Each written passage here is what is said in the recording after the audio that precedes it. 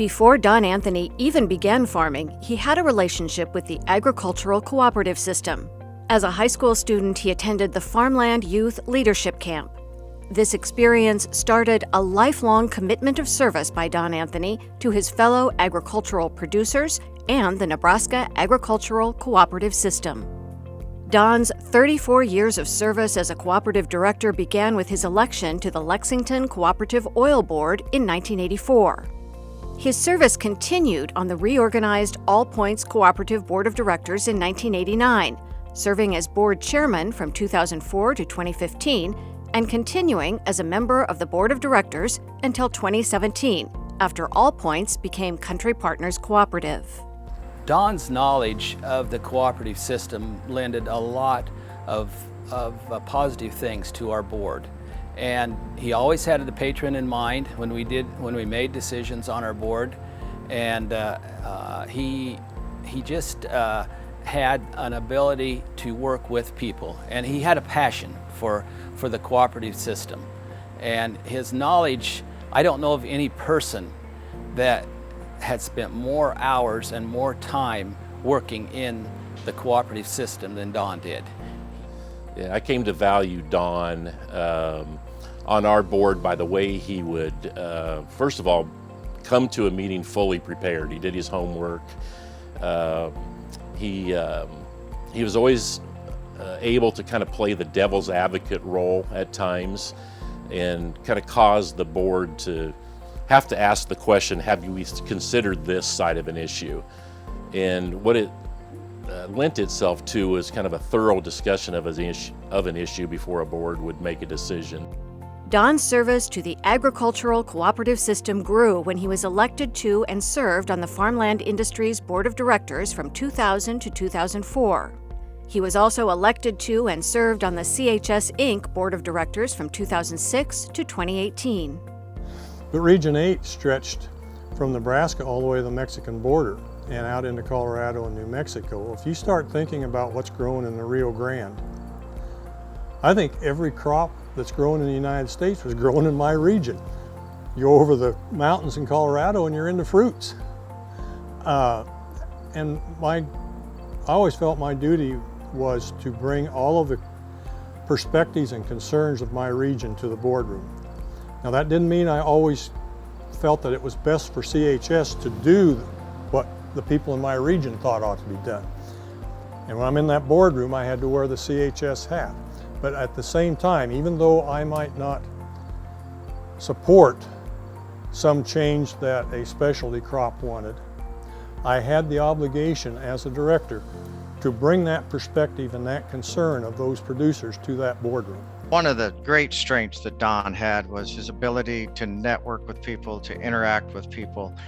Don was a sharp individual, or is a sharp individual. He knew the value of the cooperative system, and he knew how important it was that we work together as a system, not as individuals or not as some one company, but as a system to get the most for our farmer owners. And so he was very, very astute to looking for those opportunities to interact with others, to introduce people, to get to know people, to link people together so we could do something bigger than we could do ourselves. Don offered a lot of expertise from his time on the regional cooperative boards.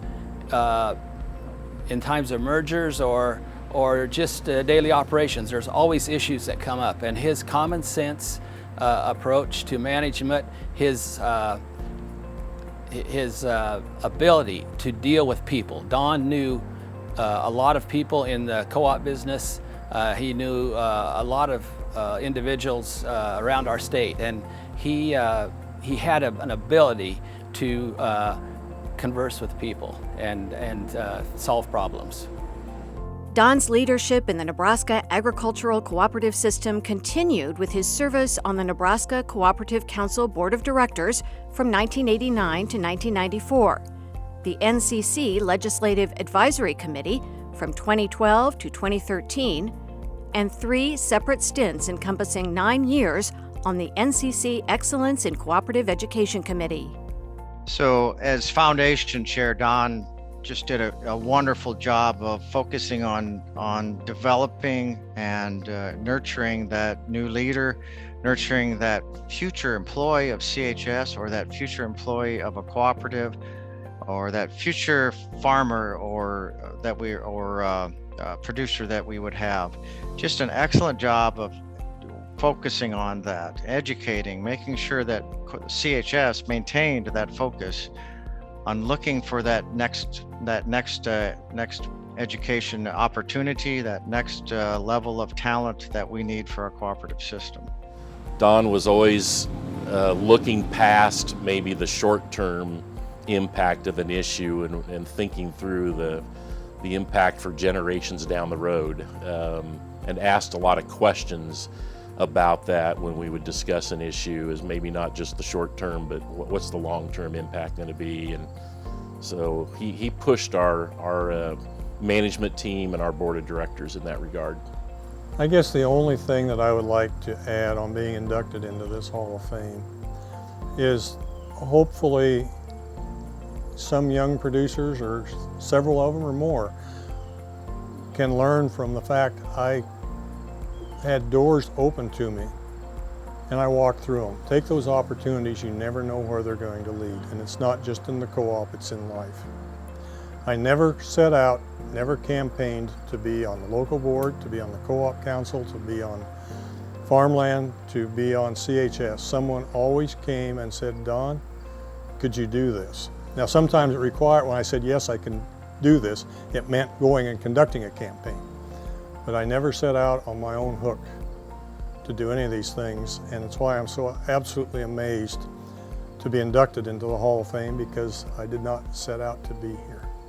Through all of this service, Don was a leader, teacher, mentor, and advocate for the agricultural cooperative system and its farmer owners. Congratulations, Don Anthony, on your induction to the Nebraska Cooperative Council Hall of Fame on November 16, 2022.